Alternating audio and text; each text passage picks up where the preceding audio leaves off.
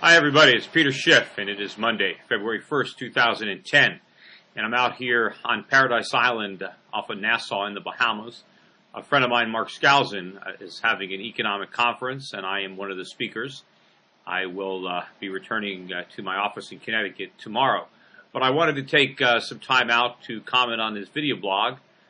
Basically, last week we found out that Congress, or the Senate rather, voted to confirm the re-nomination of Ben Bernanke to a second term as Fed governor. On the same day that they did that, they also voted to increase the national debt ceiling by $1.9 trillion. Now, first of all, they could have just done it by $2 trillion, but they didn't want the public to realize how much they were increasing the debt. So I think they borrowed a page from marketing, and instead of having a product at $20, they'll sell it for $19.99. They wanted to stay just under $2 trillion, but $1.9 trillion is practically $2 trillion. But I don't think it's a coincidence that on the same day the Senate voted to increase the debt ceiling by close to $2 trillion, that they also reconfirmed Ben Bernanke. After all, in order to borrow that kind of money, Congress, the Senate in particular, knows that they're going to need the cooperation of Ben Bernanke. He's got to keep those printing presses running 24/7. Ben Bernanke has to step up to the plate and buy up a lot of those treasuries by printing money and monetizing the debt. And also, Ben Bernanke has to keep interest rates artificially low so that the government can afford to make the interest payments on that debt. And I'm sure that one of the reasons that Ben Bernanke was reconfirmed for another term is because he probably assured the senators that in exchange for their votes, that he would be highly cooperative in their efforts to run up the deficit. And so we get the worst of both worlds. We get Ben Bernanke sworn in or nominated for another term, and we get a reckless Congress. Unfortunately, what we need is real independence at the Federal Reserve. We need a Federal Reserve that will refuse to monetize government debt, that will raise interest rates and force politicians to act responsibly. Of course, maybe if we can elect some senators that would act responsibly on their own, they wouldn't need the Federal Reserve to do it for them. Unfortunately, the American public is being failed on both levels. We're getting failed by our politicians and by our central bankers. Speaking about failure from our politicians, this morning I read news of the budget that Barack Obama was proposing. The government is now going to be spending a little over $3.8 trillion. That's the federal budget.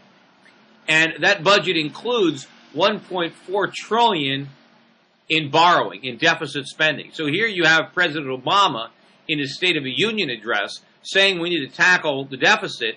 At the same time, he's proposing a budget with a $1.4 trillion deficit in 1 year. Now also, to put the size of this deficit spending in perspective, it amounts to better than a third of the government's entire budget, meaning 1/3 of what they're paying for is being paid for with borrowed money. But another way to look at it is for every dollar the government collects in taxes, the government is spending $1.60. Think about that. It's like a family. If a family earns $100,000 a year, they spend $160,000 a year. That they're spending 60% more than they're earning. In the case of the federal government, the government is spending 60% more than it collects in taxes to fund its expenditures. I mean, that's insane. How can that possibly be? How can a government collecting $2.4 billion in taxes borrow an additional $2.4 trillion is their tax revenues, and then they borrow another $1.4 trillion to finance their spending? Obviously, we've raised living beyond our means to a whole new stratosphere. And there are going to be dire consequences from this level of fiscal irresponsibility. And if the president is still talking about this spending freeze that's going to take place a year from now on less than 20% of a budget that's growing out of control right now. If the president really were serious about cutting spending and addressing the deficit, he'd be doing it right now. He wouldn't be proposing this massive federal spending bill and this huge deficit. Now, I know the president likes to say, but we have to wait until the economy is in better shape before we rein in deficit spending. No, the economy is going to get in worse shape specifically because of all this reckless spending. We need to address this spending right now before the economy gets any worse, because we're never going to have a real economic recovery. We're never going to have prosperity. We're never going to have real job creation unless we bring government spending under control right now, unless we tackle these deficits right now. Because as long as governments are borrowing and spending, the private sector can't grow because it has to finance a gargantuan government. Anything that we need to do to really grow the economy, to produce wealth and provide employment opportunities, is being suffocated by the need to finance this massive increase in the size and the burden of our federal government. And right now, the one thing that we've got that's keeping this thing together is foreign buying. And I know that the U.S. dollar has been rallying of late. The rally is not that significant in my opinion. I mean, the dollar index is still trading below the 80 level. I think right now it's around 79 in change, 79.30, 79.50 tops.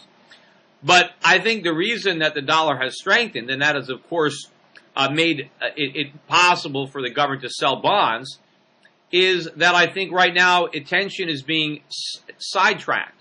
I think it's being diverted to the sideshow over in Europe. I think people are worried about a potential default in Greece and other problems in Europe, and I think that's diverting their attention from the real problems here in the United States, because this is the center ring. Europe is a sideshow.